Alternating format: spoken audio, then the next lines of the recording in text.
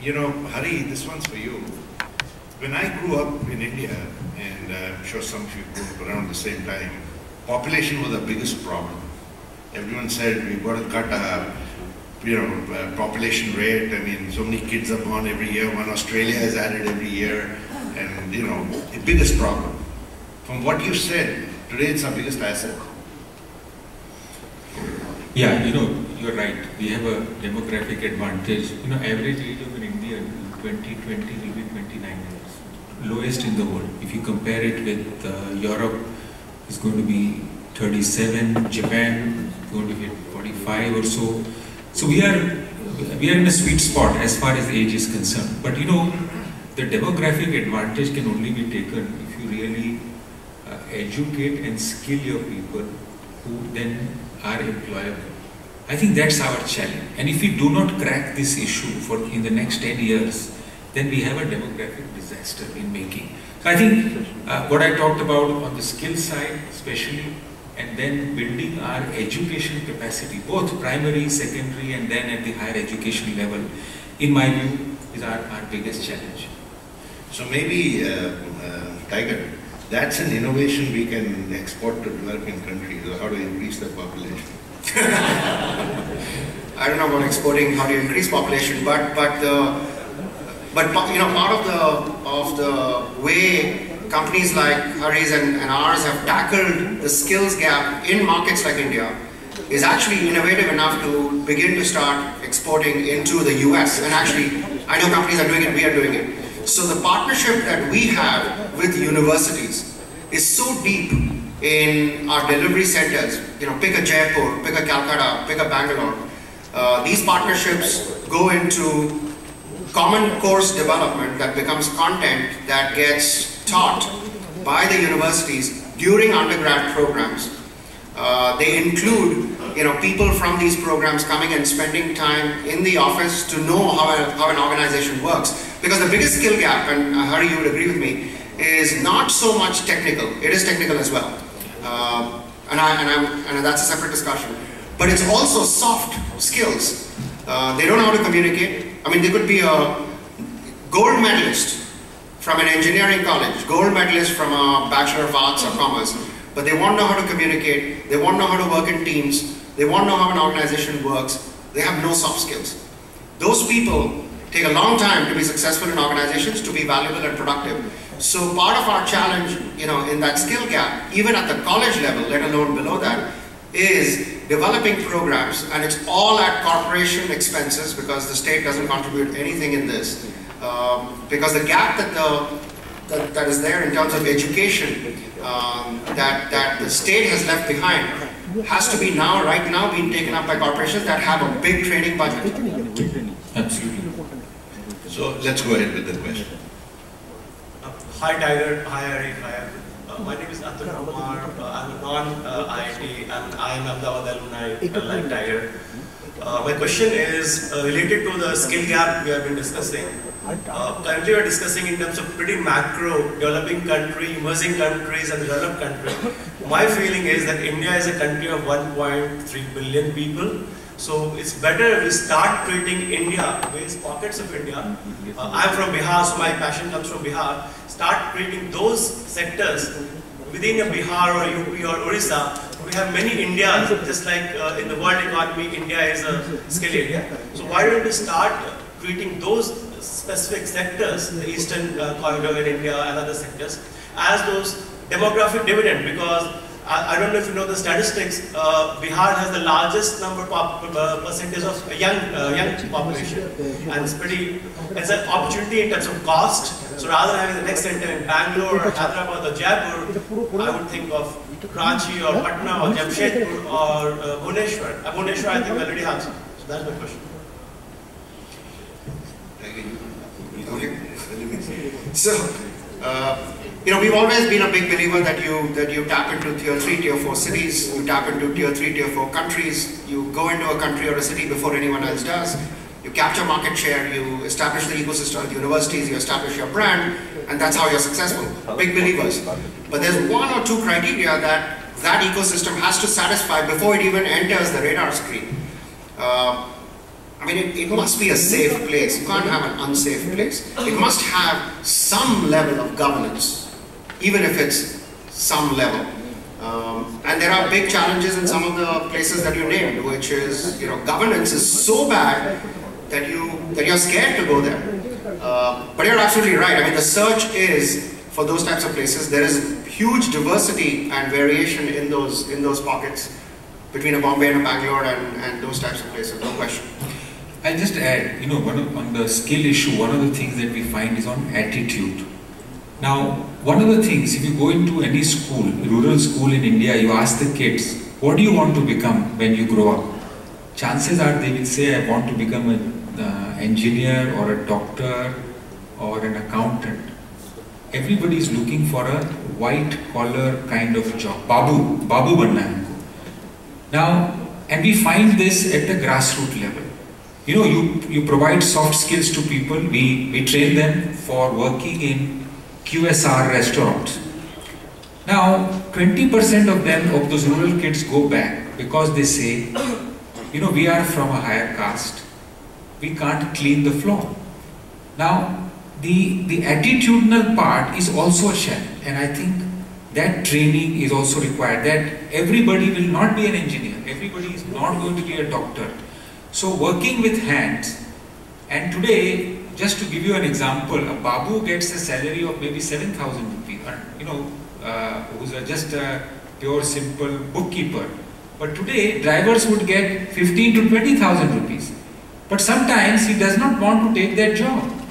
So that attitudinal shift is also very important, and that is partly rooted in our caste system. We say that, if you have to put a nail in your wall, you start looking for somebody. We can't do it with our own hands. So that is one issue that we are starting to deal with. Yeah, I think that's an important point, and I think state governments are realizing that they need to pull industry in. If you've got a labor force that's trained, that is, it's like, what's my raw material? It's labor force. What's my infrastructure? It's a building with connectivity or stuff that's required, let's say, for the IT industry. And so people are trying to pull industry in by giving them that. But yeah, Tiger is absolutely right. The first thing we look at when we set up a delivery center is security for my employees. I become responsible for them. And if the state can't play that basic role, it's very difficult for me to take over that.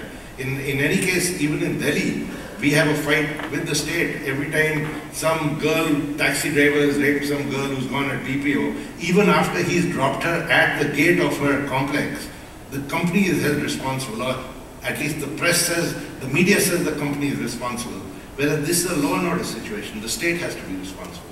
So, there are real issues in India to get some of this done. Obviously, they get highlighted more than they should, and they are few, but whenever they happen, they become a real issue for the industry and for NASSCOM, which is the industry group that goes in there. Many more will happen if you go to remote places where governance is a lot worse. So I hope that answers it. Actually, can I make a quick comment? Yeah, you could, but let's get the next Very one. short comment. Tiger, I have lived and studied in Delhi, and I know the crime situation in Delhi. And since I'm from Bihar, I go there everywhere. In terms of governance, you talked about, Tiger. In the last 5-7 years, Bihar, for example, is one of the examples of good governance. Governance model doesn't hold, and as well as the law and order doesn't. The DGP of Bihar, again, is my father's friend. I know it's one of the most safest places in the world. Thank you so much. Gentlemen on the left, please. I agree with you. I agree with you. Governance under Nitish has changed. But on the other side, I've got to tell you that my CEO's father was kidnapped, and I know we paid ransom to get him out not so many years ago. So it is an issue. Yeah. Thank you, sir. Yeah. The question is, just now Mr. Hari was talking about vocational training. That's very important. But before we train him, what is the percentage of the jobs that are going to be created in individual sectors? Because one of the answers I already got from Tiger saying that in Chicago he has got 300 people, and the rate at which it is increasing is going to be 100%, and he says it's hard to get right people for right skills within IT sector itself. So vocational training, obviously one major sector which has got lots of jobs is by default IT. So my question is, what other sectors are having more jobs in the next 10 years, so that without the forecasting, if I start training people in wrong skills, that's going to be like what the government in USA is doing. So I teach in universities for free in job-oriented skills. DeVry University, Benedictine University, and also community centers. I started with these universities because these are... Thank you. Do you want to just ask the panelists the question? Yeah, no, let me try, and I think I know what he's asking, is that what are the other sectors in India that are going to generate millions of jobs? So you train people in automotive, and if there are no jobs, these guys are trained with nothing to do. And then if you look at the National Skills Development Corporation, they have taken out a document that lists something like 50 million jobs in the next 10 years that they have projected. I'm sure Hari can give you more. But obviously the skilling is going towards targeted job-generated base, not just skilling for skilling's sake. Yeah, you know, actually we are facing a huge skill shortage right now. If you go to the construction industry, they will say that there is a huge shortage of skilled laborers who can work on large infrastructure projects. If you go to hospitality, there's a huge shortage. And that's why you see a wage increase in India is almost 10 to 15% every year. That's part of the reason, because there is a huge shortage of the skill. So in my view, like what he said, the Skill Development Corporation, the government, they all now exactly know which are the sectors which are growing. I can name many. Construction is one, hospitality, then on the manufacturing side, if you take the whole manufacturing sector, which includes automobiles, etc., we are planning to grow at almost 15%, because it is only 15% of our economy, and we need to grow up to 25% in the manufacturing. And no country can really become a developed country unless it has a very core, strong manufacturing sector. So I think the solution lies in changing attitude, building skill levels, and with that the income level should also increase simultaneously. So we've got 5 more minutes, so if we have brief questions, we can answer more. If we have Gentleman on the right here. I am Shailendra Palvia. I'm a professor at Long Island University, IIT Delhi, 67 graduate. I was intrigued by the comment by Tiger that globalization, and I would add to that global outsourcing of services, global sourcing of services have essentially become irreversible. And I think that's a good thing. Developed nations don't like it, but I think it's only a short-term bitter pill that they have to swallow. In the long term, I foresee global economic equity as a result of global sourcing of services. I'm saying that because I've been organizing international smart sourcing conferences for the last 10 years. Do you agree with my prophecy or my vision that the world will be better off with irreversible global sourcing of services? No, there's no question. I mean, absolutely yes, because even from various corporations and job creation perspective, I think if you work the economic models out over 10 years, it pays off. The problem is that you must work the economic models out over 10 to 15 years. If you work the economic model out for 24 or 36 months, it actually, very clearly you can demonstrate that it becomes painful for the developed economies. And that's the challenge where there's a problem between short and long term. And two, therefore, if someone is focused on the short-term goal, such as elected governments, versus someone who says, I really don't care about the short term, I'm here for the long term, and I'm going to convince people and convince the population about the long term and buy into it, then there's a different answer. So corporations are going to go down a path. Politicians will, have to, straddle this short versus long term. And right now we know that in countries like the US, that straddle is not happening well, which is why there's a stalemate. Last question on the left, please. Vinay Thakur, IIT Bombay, 2003. Now my question is also have with nationalistic feeling. As an alumni, we want to recognize the 20th year of reform process in India, 1991 to 2011. In this reform process, we see three things have happened in Indian economy: business process efficiency, government reform, and domestic consumption. Now my worry is that in this whole process, the product innovation is missing in India. So if we want a good train, we have to import from Germany for Delhi Metro, but China can make their high-speed train. We can't make smartphones, we can't make applications, but a lot of other companies are sucking in all the talent. So Arjun, do you want to just summarize the question for the panelists? So my question is, what three things the panel thinks should the government, should private entrepreneurs, or society as a whole can do to improve product innovation? And how can IIT alumnus all across the world can contribute into that? Thank you. If I can, I disagree. There's a huge amount of product innovation is going on in India. And what Tiger earlier said, see, the innovation is for the local needs. If you see in any industry, either you take pharma, huge amount of innovation. Today, in India, you can do drug discovery. The highest end of drug discovery is being done in India at almost 1/3 the cost. If you look at automobile, all the innovation is going into for the consumer, for the local demand. And I can give you at least 20 examples.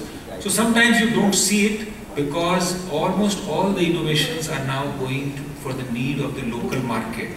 And as Tiger said, you are starting to see, and in what we have done in our own company, even in the food business, the kind of innovation that we have done is now taken back to the developed market, because even here there is a cost pressure. So I think it would be incorrect, but yes, more needs to be done. I can agree with that. And the other point that I would make is more and more, as technology improves in terms of open source, collaboration, etc., it would be very detrimental for either companies or for countries to think that innovation can happen in a cave, in a black box that is unconnected. The best innovation is going to happen when 20 companies across 5 countries, hundreds of teams work together to collaborate in different pieces of that collaboration. Big believer in that, and that's why the Apples and the Googles of the world are actually winning, not because it happens in one place of the world, in one group. I just want to end with an example of innovation in India. Some years ago, the Maharashtra government wanted to educate their people on IT. They felt that they were missing out on this big IT revolution that was hitting the country. So they got a group of people under Bhatkar at CDAC. He's an IITian, and he got a group of us together and said, the government wanted to know how much to invest and where. So after deliberating on it for quite a while, we came back and said, we don't need any investment. I need 2 GOs, government orders. The first one is that no one can get a government job without a computer literacy certificate. And the second one is that you can't get a promotion in a government job without a computer literacy certificate. Overnight, 100,000 computer training centers came up in Maharashtra. Right. With that, we said, let's do the quantity later, but the government didn't invest a penny. Actually, people invested, and as you cleared the quality, 25,000 or so stayed on, the other 75,000 closed down. But they got computer literacy in that state. So that is an example of innovation. And it's innovation driven by what India needs, because everyone wants to be a babu, wants the government job. And so drive that social need into what you want as your end result. So you've got to think a little out of the box. That's India. Thank you. On behalf of the NIIT faculty panelists for attending this conference, we have a small token of appreciation as Tiger.